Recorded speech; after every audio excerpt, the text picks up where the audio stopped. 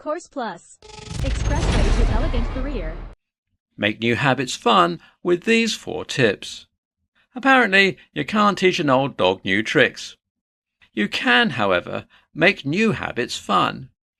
In this guide, you'll find 4 tips to make new habits fun, so you'll never want to miss a beat. Tip 1.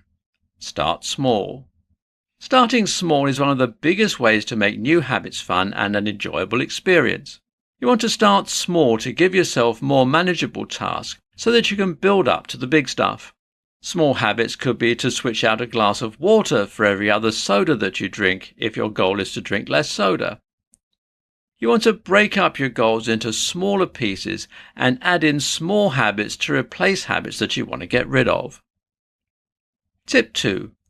Start with things you enjoy. Begin with the habits that you're putting in to enjoy your life. This could be adding in a new exercise routine if you like to work out, or it could be writing a novel instead of spending as much time on TikTok. Whatever your goals are, be sure to add in some habits that are things you enjoy. That is an important aspect of self-care as well as a way to make building new habits a fun experience. Tip 3. Invite friends to do it with you. Making habits fun can be done by making habits social. You can invite your friends to change their habits too, or you can invite your friends to do certain activities with you. This can make your new habits more fun and can also be a motivating factor. If your friends are interested in changing their habits too, look for new habits they can start that are fun. Maybe you can incorporate some of them into your routine so that you can do them together. You might even get a new habit that way. Tip 4. Reward yourself. You're doing a great job, even just getting started. Don't forget to reward yourself for the hard work that you're putting in. Just because you haven't completely reached your goal yet doesn't mean you aren't working hard.